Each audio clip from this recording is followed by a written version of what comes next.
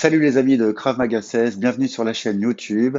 Donc n'hésitez pas à liker, vous abonner, ainsi qu'à partager le plus possible. C'est 10 minutes chrono sur une technique en particulier et aujourd'hui c'est la continuité donc de la baïonnette, donc la baïonnette numéro 3 sur le côté extérieur.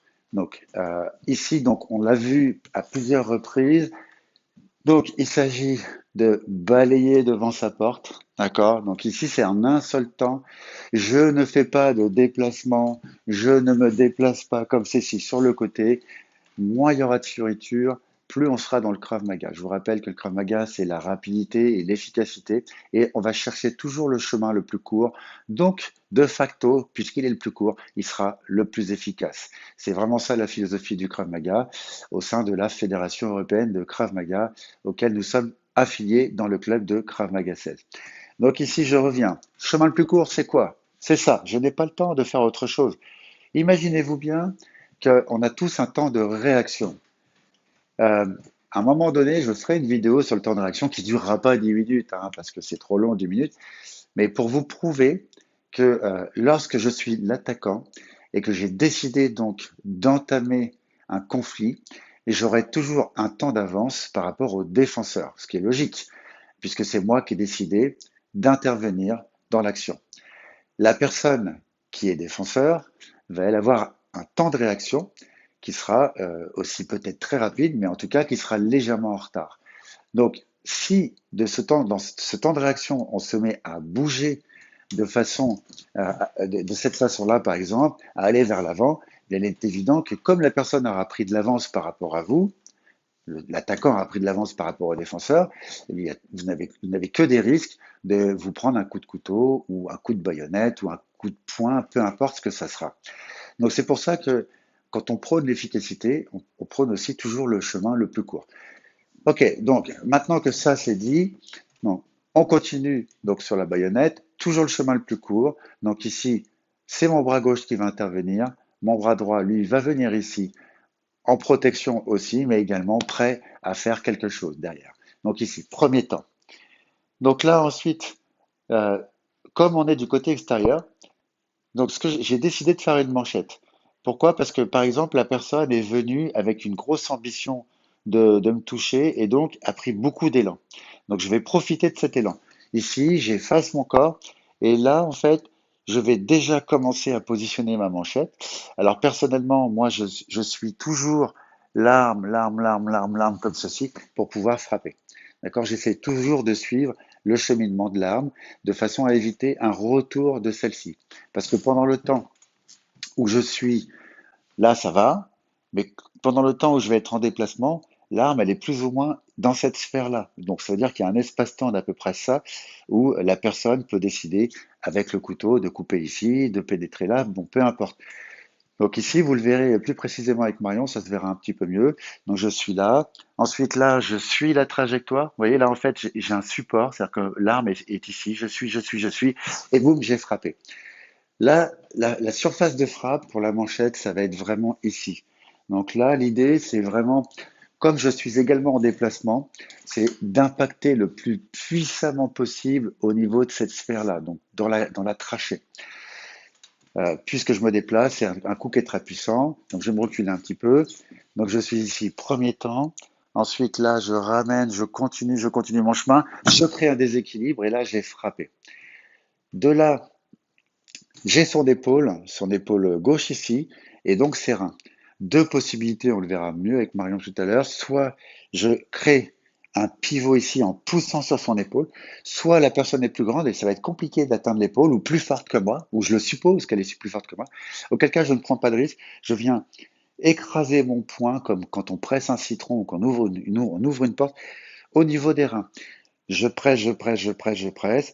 Et à ce moment-là, la personne, en fait, va être en compensation. C'est-à-dire que sa hanche qui était plutôt droite, elle va partir du côté opposé à mon point de pression que je vais effectuer. Et comme mon bras est ici, en fait, son cou va être là et la tête de la personne va déjà être par ici. C'est-à-dire que son regard va se porter de mon côté opposé. Là, je vais pouvoir passer maintenant directement ma hanche. Et ici, je ne la passe pas comme ceci. Je vais me mettre face à vous, passer ma hanche là. Comme si je voulais prendre la personne en charge pour ceux qui connaissent les techniques judo. Donc ici, je suis passé. Normalement, la personne qui est derrière vous, elle est obligée en compensation de lever ses talons pour éviter de se faire étrangler. Malgré tout ça, ça va très très vite puisque on est non seulement on est vraiment sur du sanguin. Au bout de 10, peut-être 15 secondes, la personne va s'évanouir. Et c'est à ce moment-là que ses talons vont tomber au sol d'eux-mêmes. Et c'est à ce moment-là que je vais décider de repasser ici devant, mais pas n'importe comment, en allant chercher avec cette main-là un support au niveau de son haut de tête et celle-ci va passer à l'intérieur. D'accord? Tac, je suis ici. Là, j'ai son cou qui est ici. J'ai le bras en levier. D'accord? Donc sa tête, elle est comme ceci vers l'avant. Donc c'est très compliqué. Normalement, elle est endormie. Et je l'amène tranquillement au sol, gentiment, tout en étant dans le contrôle. Je dois toujours contrôler les amener au sol. Quoi qu'il arrive, je dois les contrôler. Donc, pour le troisième volet de la baïonnette, on a une dernière technique. On va partir sur l'extérieur de la personne. Donc ici, toujours le même principe, je suis là. Mais sauf que là, je décide, puisque la personne a fait une grosse avancée, je décide de continuer d'avancer. Et là, à ce moment-là, je viens impacter très fort avec une manchette. De là, on va se mettre comme ceci pour que vous puissiez voir. Donc moi, j'arrive dans ce sens-là.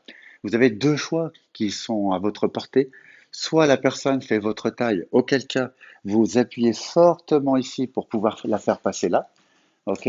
Et si la personne n'est pas à votre taille, plus grande, beaucoup plus grande ou plus petite aussi, ça peut arriver, vous venez écraser votre poing au niveau des reins et là, la personne va obtempérer immédiatement. Une fois que j'ai mis une pression ici, je passe l'intégralité ici et on va se mettre comme ceci pour que vous puissiez voir. Vous voyez, ma fesse est complètement sortie. Normalement, et je vais écarter mes jambes, quand je le fais bien, voilà, la personne a les talons, on va reculer un petit peu, Marion, tac, tac, tac, tac, voilà, la personne a les talons qui sont levés. Ici, lorsque je continue, donc ce bras qui était là, va venir clôturer, comme ceci, je vous ferai un petit zoom après, et donc à partir du moment où la personne a baissé ses talons, j'en arrive à ça, et je l'amène tranquillement au sol. Ok? On va faire l'autre côté, s'il te plaît. Donc ici, premier temps, 1. Là, ici, je viens frapper en manchette, pardon. J'appuie sur les reins, je passe, je me mets dans cette position-là. Et là, quand je vois que la personne a ses talons qui sont au sol, c'est qu'elle est évanouie. Hop, je viens insérer ma main dans le creux de bras et je vais mettre ma main sur son haut du crâne. Et là, je l'amène au sol tranquillement. On va vous faire un petit zoom là-dessus parce que c'est vrai que c'est pas très agréable pour la personne. Donc ici, le haut de corps. Donc je suis ici, comme ceci. Vous voyez, donc j'ai ce bras-là qui est là.